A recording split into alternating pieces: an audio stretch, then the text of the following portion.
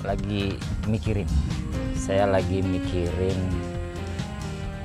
kayu balsa. Budidaya kayu balsa gitu. Nah, ini ternyata dia tidak kalah hebatnya dengan kita investasi kayu sengon lah. Kalau kayu jati mungkin terlalu lama. Sono keling apalagi lama banget. Tapi kalau yang orang lebih umum itu budidaya kayu yang tidak terlalu lama itu sengon atau jabon.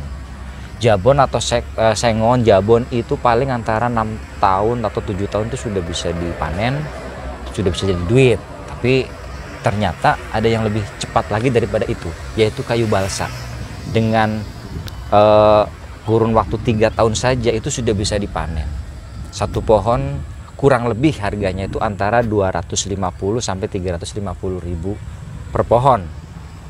Itu rata-rata, tergantung nanti besar kecilnya, karena biasanya setiap pohon itu kan berbeda-beda, nggak sama.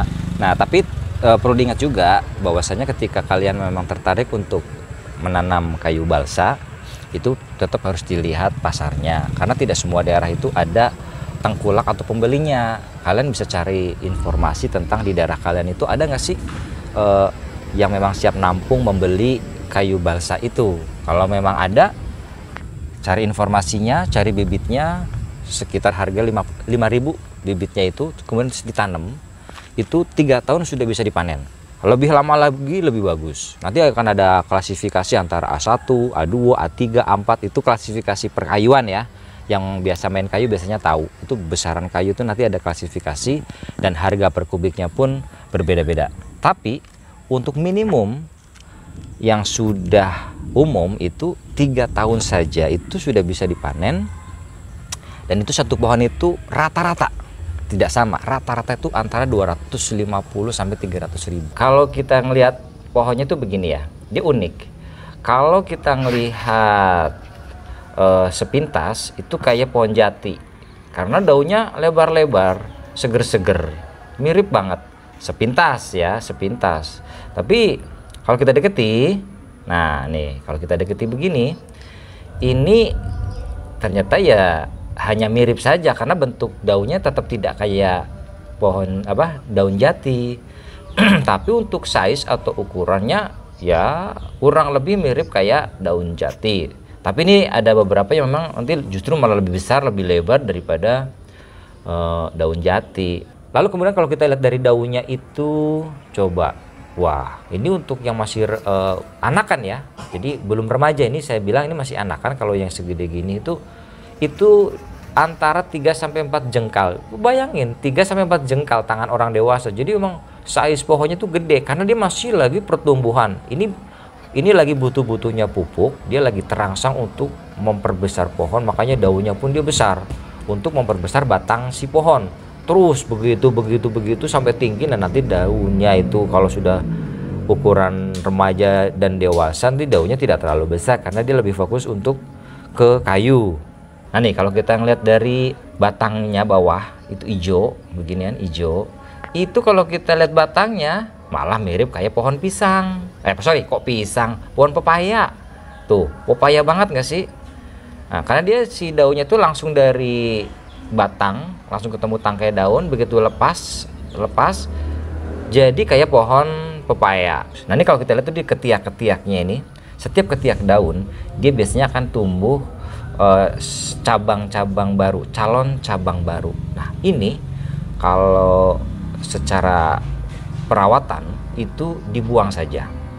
Kenapa? Karena dia tidak butuh cabang baru, dia butuhnya itu justru kayak jabon, terus ke atas, meninggi ke atas. Jadi dia nanti akan lurus dan menjadi hanya ada batang utama. Kira-kira gini ya, kita untuk gambaran aja buat kalian. Jarak tanam itu kalau 100 pohon itu butuh lahan kurang lebih sekitar 700 meter. Itu karena jarak tanam 2,5 meter atau 2 meter sekali 2,5 meter itu dia 100 pohon lebih. Itu bisa untuk ditanam 100 pohon lebih. Nah 100 pohon ini bibit itu harganya sekitar 5.000. Jadi kalau dikalikan 100 itu sekitar 500.000 itu untuk bibit lah. Kemudian perawatan, pupuk dan lain sebagainya yaitu relatif lah, tergantung orangnya. Ada pakai pupuk kandang, pupuk kimia itu bebas. Nah Kalau memang hasilnya standar bagus ya, standar bagus, perawatan bagus, berarti hasilnya standar bagus itu dalam kurun waktu sekitar 3 tahun itu dia akan pertumbuhannya memang cepat. Dia pertumbuhannya sekitar 3 kali lipat kecepatannya daripada pohon sengon atau pohon jabon. Makanya bisa dibayangkan 3 tahun dia sudah besar, sudah punya diameter A1 ya, A1 A2. A1 A2 itu satu pohonnya kalau umur 3 tahun itu sudah bisa di harga antara 250 sampai 300 ribuan. Nah, bayangkan kalau 100 pohon kali 250 aja lah ya, harga terendahnya itu satu pohon itu berarti sekitar berapa? 100 kali 250 ribu, 25 juta. Nah, bayangkan untuk lahan segitu, lahan sekitar 10 sangga atau 700 meter itu bisa menghasilkan uang kurang lebih 25 juta. Taruhlah kata dipotong bibit segala macam biaya ini itu tuh 5 juta. Masih ada bisa profit 20 juta untuk 3 tahun. Kalau ditanam selain kayu balsa, misalnya padi atau pisang atau apa, apakah bisa mencapai angka segitu? Nah, kalian bisa kalkulasi secara bijak. Jadi ini saya hanya buat acuan tuh seperti itu. Tapi kalau ternyata ditahan nggak cuma 3 tahun, bisa 4 tahun atau 5 tahun atau bahkan 7 tahun, otomatis size daripada kayu balsa tersebut akan semakin besar dan spesifikasinya itu akan masuk ke A3, A4. Nah, itu harganya pun per kubikasinya itu tentu akan lebih mahal. Mungkin yang satu pohon yang tadinya 250 bisa harga 600 atau 700 gitu. Karena untuk harga itu untuk A1 A2 itu per kubiknya itu 1.800.000. Itu yang standar awal, maksudnya kecil tapi sudah layak jual. Itu per kubiknya 1.800.000. Itu kan mahal sekali, melebihi jati. Nah, kalau yang sudah A3 A4 yang sudah ukuran besar, mungkin yang umur bangsa 7 tahun 8 tahun, itu per kubiknya itu sekitar 2.500.000. Ini kabar terakhir saya update, yang saya dapat harganya segitu. Nah, saya kira ini menjanjikan sekali jika dibandingkan dengan investasi kayu yang lain. Mohon maaf, bukan berarti saya menghasilkan kayu sengon, kayu jabon, atau kayu jati, mahoni, dan lain sebagainya. Jangan salah, kayu balsa itu sangat ringan. Tapi kalau pertama kali dia tebang, dia lebih berat daripada kayu sengon. Kenapa? Karena kadar airnya itu 5 kali lipat daripada sengon. Tapi setelah itu dia dikeringkan dulu. Nah, kalau sudah dikeringkan, entengnya minta ampun. Entengnya minta ampun.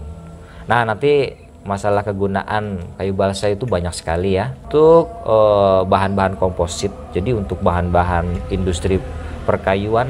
Jadi kayu balsa ini jangan main-main. Walaupun dia tuh enteng, tetapi kekuatannya luar biasa. Karena dia ternyata masuk kategori hardwood atau kayu keras. Jadi kayu itu keras, sangat kuat, bahkan bisa untuk jadi baling-baling. Artinya kekuatannya sangat luar biasa. Tetapi kehebatannya, dia memiliki bobot yang sangat ringan. Nah, itulah hebatnya kayu balsa. Oke, itu aja ya video dari saya. Mudah-mudahan ada informasinya, kita tambah wawasan lah ya, berbagi informasi. Sampai ketemu. Assalamualaikum.